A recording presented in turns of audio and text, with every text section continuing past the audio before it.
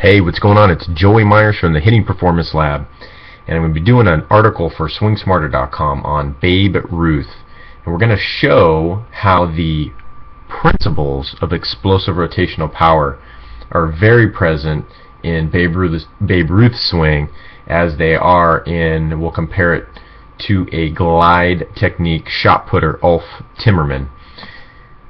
So at first, we have to talk about how Babe Ruth was definitely ahead of his time in that he came out of the dead ball era, brought the dead ball era into the live ball era, and hit, as most of you know, 714 home runs, was the leader until Hank Aaron came on the scene and broke his record.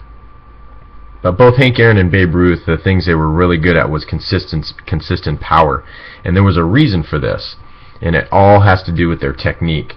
And as we'll see with the Babe, is he uses forward momentum, and he uses this catapult loading system, the internal loading mechanism in the body, these two forces that are counteracting each other at all times with every movement we do, even at rest, this tension and compression forces.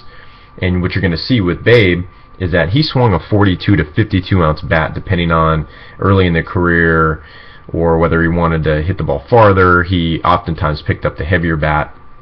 But that is huge compared to today's standards. I was surprised when I saw that Alex Rodriguez only swings something like a 31 ounce bat. That's crazy compared to what the Babe swung, the big old hickory bats. But that aside, let's check him out. I mean, he was a bigger guy. Most of you know he's 6'2", about 215 pounds. I thought he was actually a little heavier than that. From all the movies, they bring him out to be this big fat guy, but really, I mean, you look at this video, he's not too bad. But I picked a behind him video because you can really see these forces in action. Now with the Babe, notice how he stands with both feet together. I mean, he doesn't even have a good athletic stance here. He's just got both feet together, very, very, very narrow.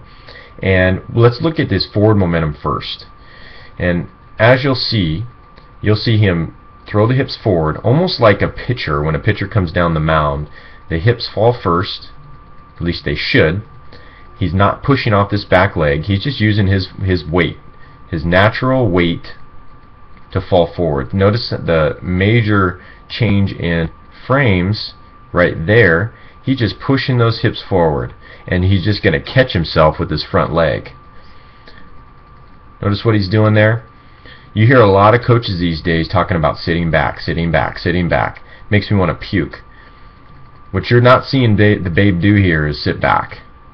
He might be starting there where he's standing over both feet, but when he starts his swing, you're going to see him just let his hips fall forward. Now in this day and age, you're not going to see too many swings like this.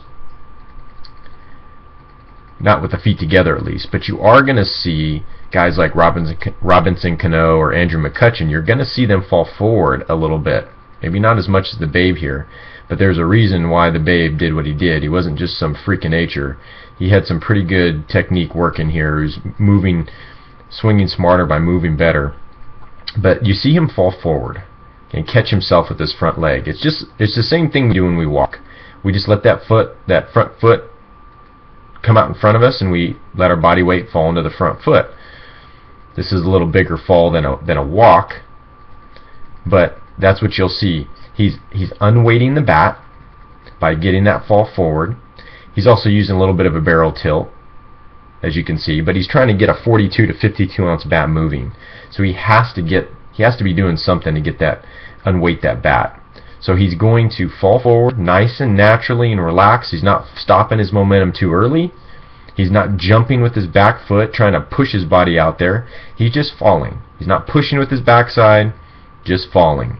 Hips go forward, falls, catches himself on the front leg, and then goes into his swing. Now when you look at the catapult loading system, it's this cross. Think of this X that happens from one shoulder to the opposite hip.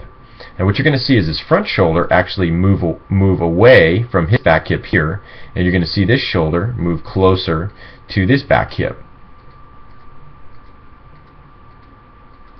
It has to happen, as you can see in this frame here. If you look at his front shoulder, if we could see it, it is getting closer on the front side to this back hip, and then you're seeing this shoulder get closer to the back one, like I said, and you're seeing this back shoulder in the front move away from the front hip. So it's this cross, this X across your chest and this X across your back, and each leg of the X either lengthens or gets shorter.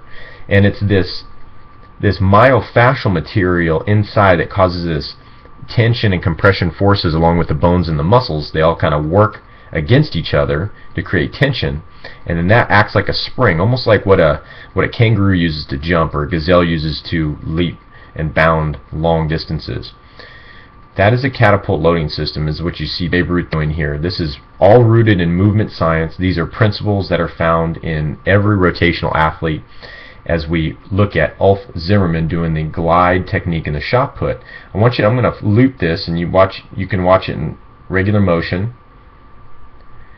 Now what you're going to notice is that he's going to look like he's going to really push with that big that front leg, but he's not pushing his full body weight with that right leg of his.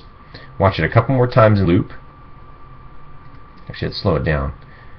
What you're going to see is this almost the same thing that Babe Ruth's using, forward momentum. He's taking his hips, he's using his right leg to jump a little bit, where he gets a little hop, but then he gets his body weight out in front of him. Now he's got a 16-pound shot put on his shoulder, so he's got to get some kind of forward momentum going, similar to Babe Ruth swinging a 42 to 52 ounce bat. Let's do it one more time in slow-mo, and then we'll break it down just shortly. So you're going to see him get a little bounce, and then he'll push those hips forward and then launch the shot put.